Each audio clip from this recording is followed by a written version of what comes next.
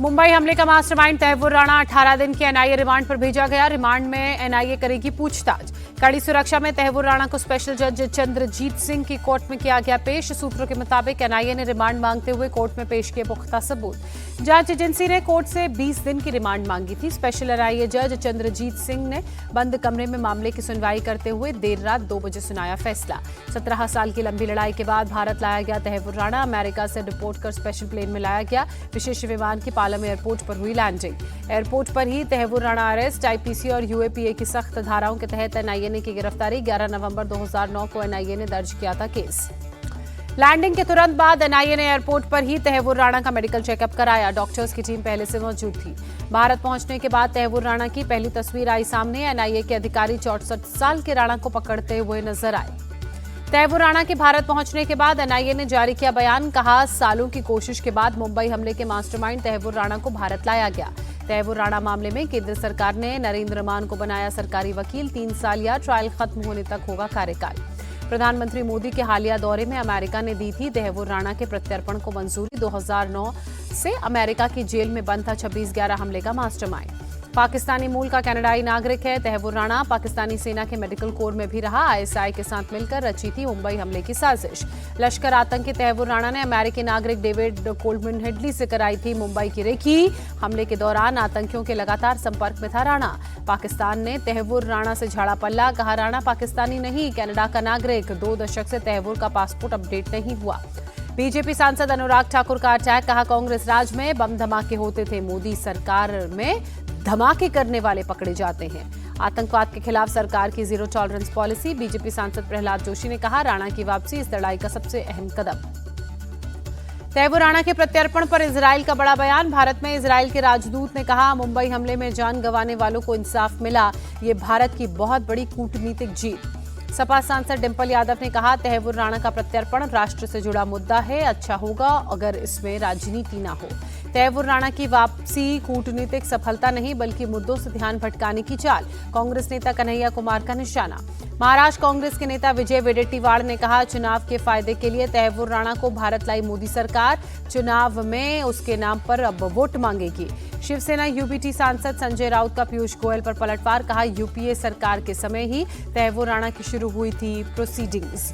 All India Muslim personal law board के धरने प्रदर्शन और कार्यक्रम का आज से आगाज। पहले दौर में 7 जुलाई तक चलेगा वक्फ बचाओ मुहिम। All India Muslim personal law board ने इस मुहिम को शहर से लेकर गांव तक ले जाने का ऐलान किया। वक्फ की हिफाजत के नाम दिल्ली के तालकटोरा स्टेडियम में 22 अप्रैल को बड़ा कार्यक्रम। All India Muslim personal law board की इमामों से अपील। आज जुमे की नमाज के दौरान वक्फ संशोधन बिल के खिलाफ तकरीर करने को कहा। वक्फ एक्ट के खिलाफ all India Muslim personal law board को देश में हल्ला बोल। कोलकाता में जमीयत उलेमाए हिंद का धरना प्रदर्शन। 7 जुलाई तक चलेगी वक्फ बचाओ मुहिम।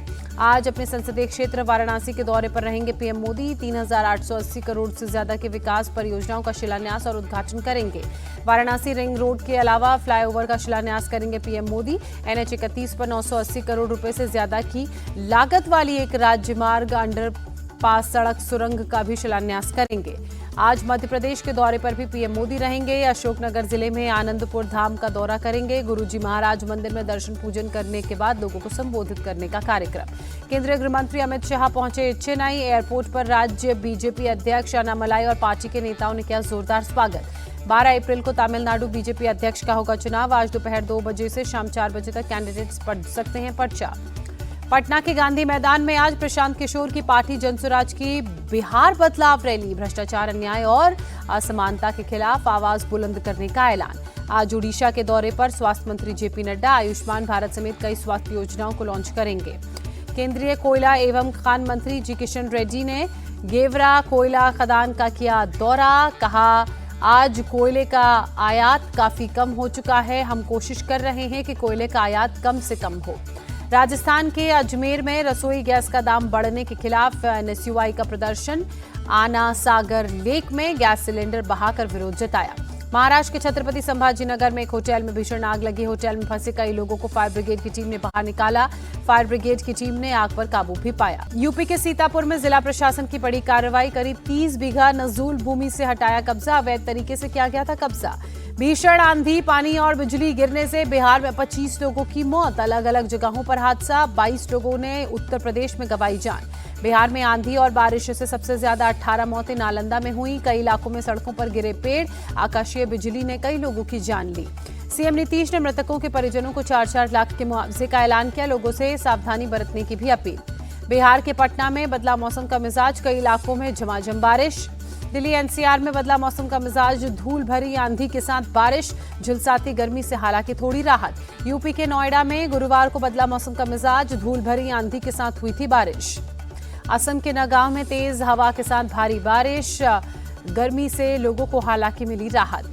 आईपीएल में चेन्नई सुपर किंग्स और कोलकाता नाइट राइडर्स का आज मुकाबला होगा। चेन्नई में शाम 7:30 बजे खेला जाएगा मैच। चेन्नई सुपर किंग्स और कोलकाता नाइट राइडर्स के बीच अब तक 29 हेड टू हेड मुकाबले। 19 में सीएसके तो 10 में केकेआर ने जीत दर्ज की।